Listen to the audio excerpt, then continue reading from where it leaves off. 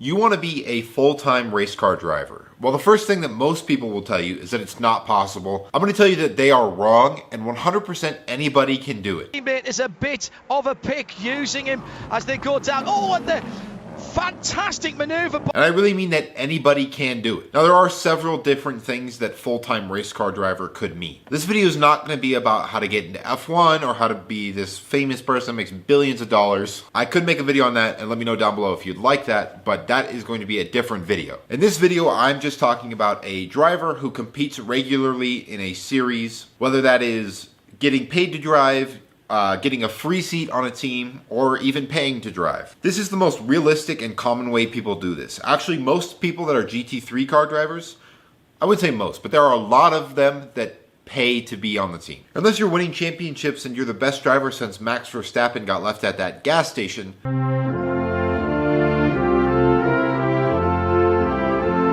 Unfortunately, it's just not very realistic to expect a team to pay you to drive for them. And even if you are, and you do win lots of championships, the reality is you still probably won't get paid to drive on a team. But you might get the opportunity to move up series or to drive faster cars or get cooler opportunities. So what's the first thing that you should worry about? Number one is money.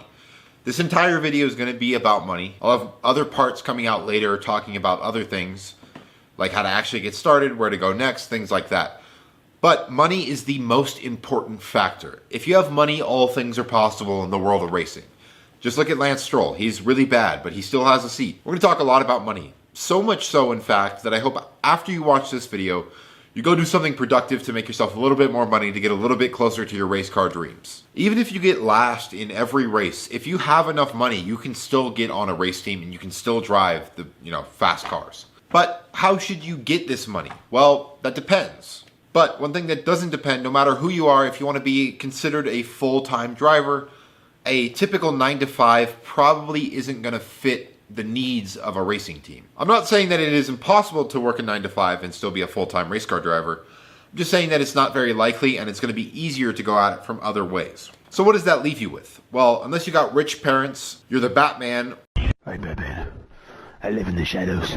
Or you have some fairy godparents, or fairly odd parents. Admit it! You have very godparents! You gotta make the money somehow. In this video, I'm gonna break it down by age. One thing that does apply to everybody though, no matter how old you are, where you are in your racing career, if you wanna get sponsors, partial sponsors, paid drives, free drives, anything like that, you need to know how to market yourself to a race team.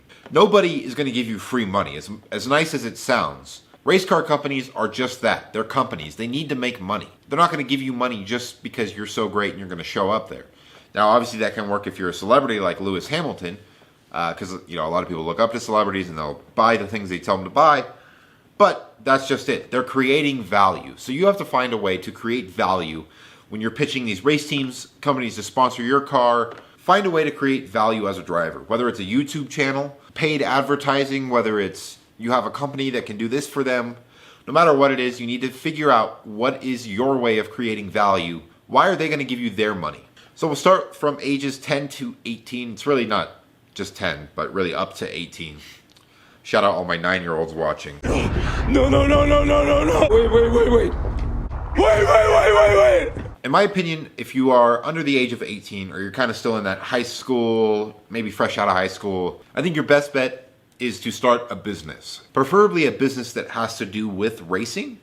I think this is going to be your best way to get in. Now, this isn't exclusive for people under 18, but it fits into this bracket because it's kind of the only option that, people still in high school and stuff like that have, right? They can't go out and get a full-time job. They can't go out and do some other things. They don't have any money saved up probably. But number two, it gives you the most time to work with. That's really the key thing here, honestly, in anything that you do.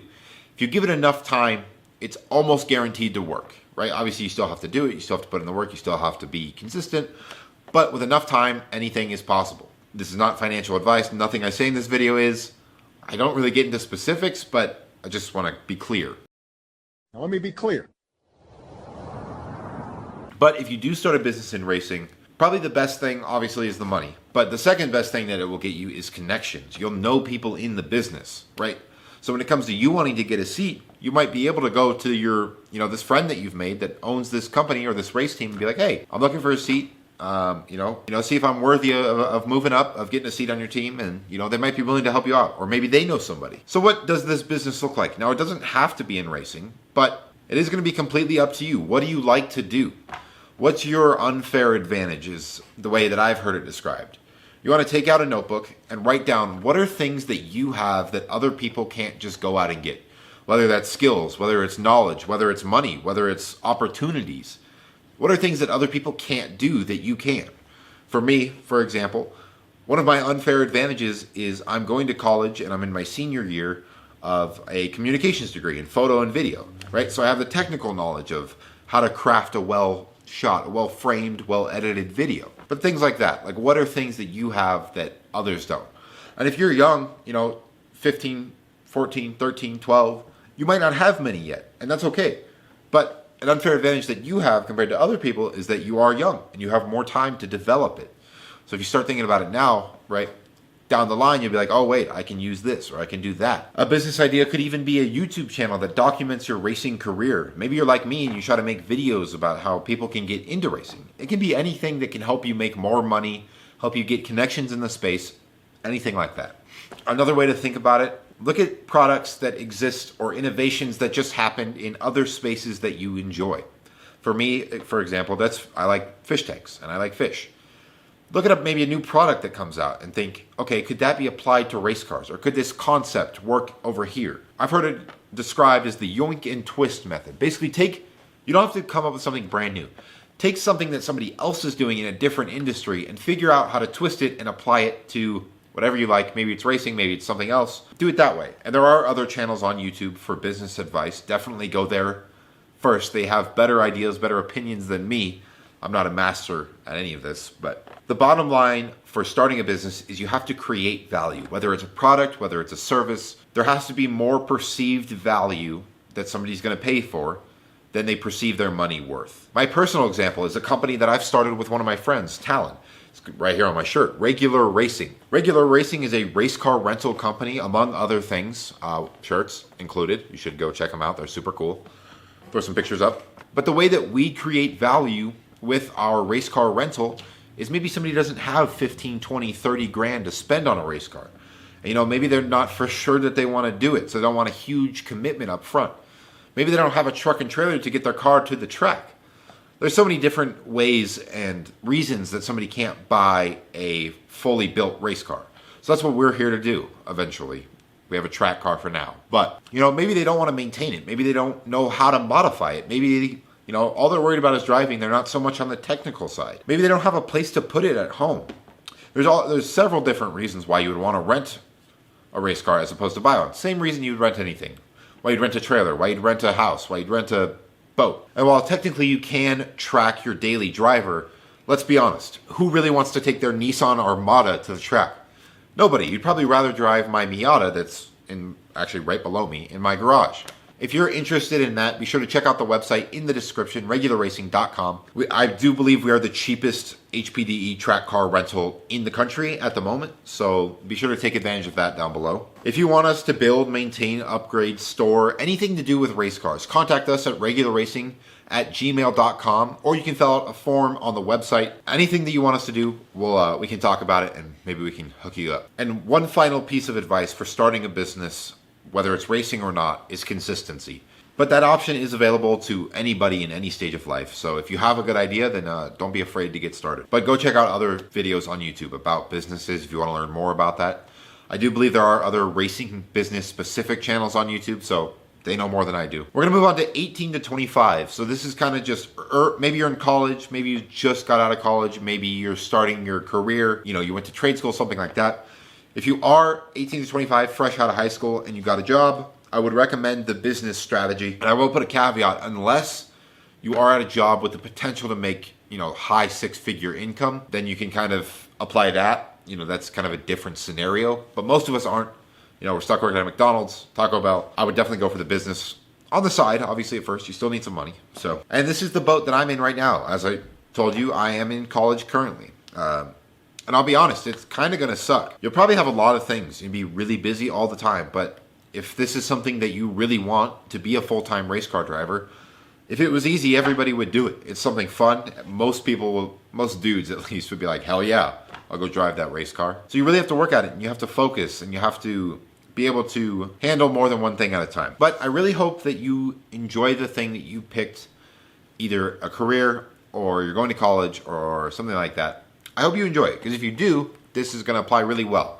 If not, there might be a chance to step back and say, what else do I want to do? Maybe I want to go to a trade school. Maybe I want to do something else.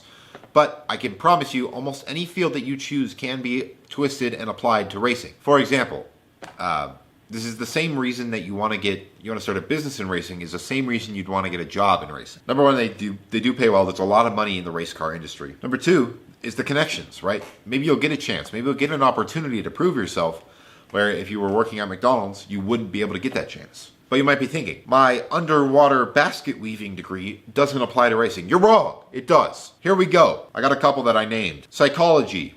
This is kind of a new one, but like driver psychology and driver counseling is an emerging topic about how drivers' brains work while they're driving. You know, some drivers get intimidated easily. Some people like to play mind games and stuff. Engineering, kind of obvious, but making race cars, building race car parts.